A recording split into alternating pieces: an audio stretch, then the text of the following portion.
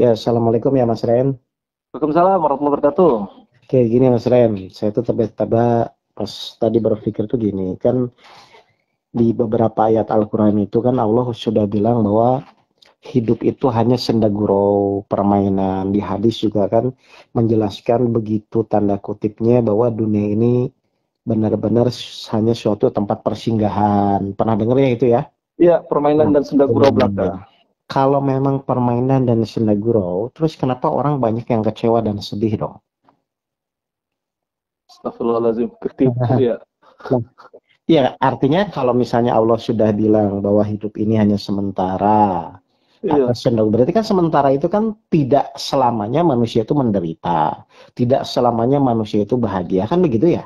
iya, betul. Nah, artinya turun dan naik. Berarti pertanyaan saya, kalau kita sudah tahu sementara, kenapa kita sedih? Kenapa kita bingung atau kecewa? Kan ini jadi aneh, Mas Red. Bertolak Iya, belakang dengan, ya nggak?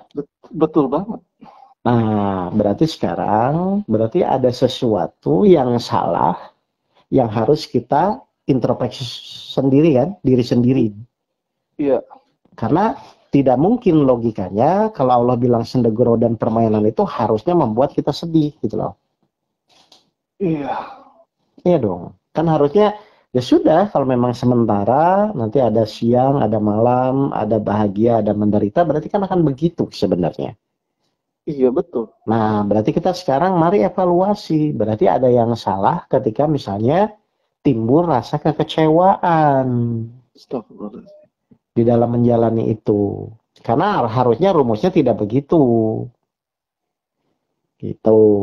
Nah, kira-kira menurut Mas Ren, kalau memang sendagurau dan permainan itu, apa penyebab utama kok manusia itu kok jadi sedih atau jadi kecewa?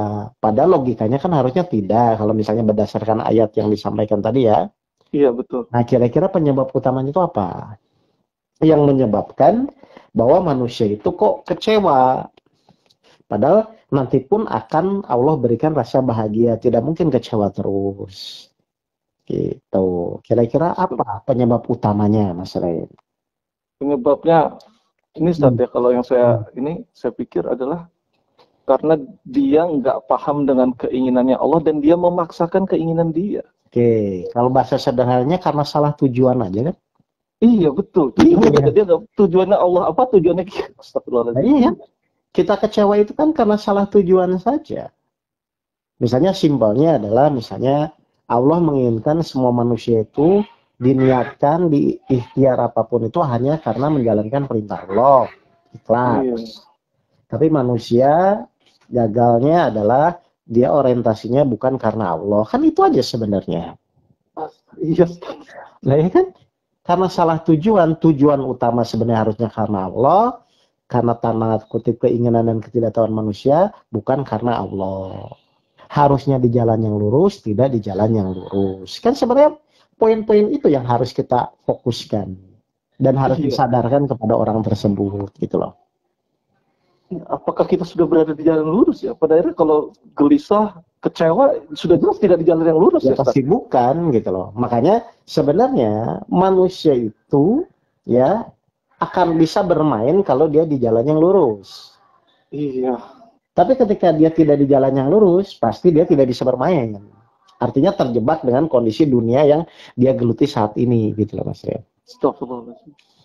Jadi sebenarnya poin-poin ini harusnya penyadaran utama kepada orang-orang yang harusnya ayat-ayatnya itu sering kita dengar kan yang tadi saya sampaikan.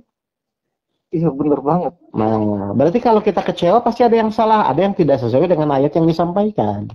Meskipun dia merasa, oh saya sudah ngaji, sudah kesana kesini, silakan saja. Yang namanya permainan itu, ya kalau kalah nggak apa-apa, menang juga memang alhamdulillah kan begitu sebenarnya kalau permainan. Iya. Dan menikmati permainan ya, Ustaz, harusnya ya? Dan memang harusnya gitu, dan kalau bisa sampai ahli bermain kan, Iya, mau senda gurau, gitu. Cuman karena salah tujuan, salah niat, maka habis semua gitu.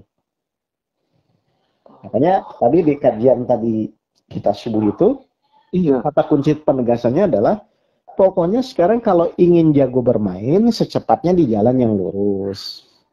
cirinya atau langkah pertama kita di jalan yang lurus adalah secepatnya berserah diri, kan gitu kan? Iya, betul. Yang tadi pagi banget banget. Sudah. Pas kita pendalaman ikhlas itu Ustaz tadi pagi ya. Gitu Mas Ren. Masya Allah, tabarakallah. Nah, jadi marilah sekarang, karena kita juga sudah mulai menyadari ini, kalau memang permainan ya konsekuen dong, namanya permainan, kalah nggak apa-apa, menang ya alhamdulillah, kan namanya permainan kan. Kalau sendaguro ya jangan terlalu dianggap serius, kan begitu aja kan? Iya. Iya, betul. Iya, misalnya kita punya masalah nih ujian, wah sangat namanya sendaguro ya jangan terlalu serius, toh nanti juga Allah nolong, kan gitu aja. Dan gimana kita menjalani ya, tahu cara menjalaninya ya, aturan mainnya. Nah justru Sesuai Allah.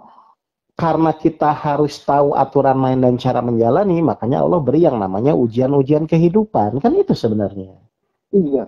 Makanya di surat Al-Alaq ayat 4 dan 5 bahwa ujian kehidupan itu kan sebagai sarana pembelajaran. Berarti Allah tuh ingin ngajarin kita bermain.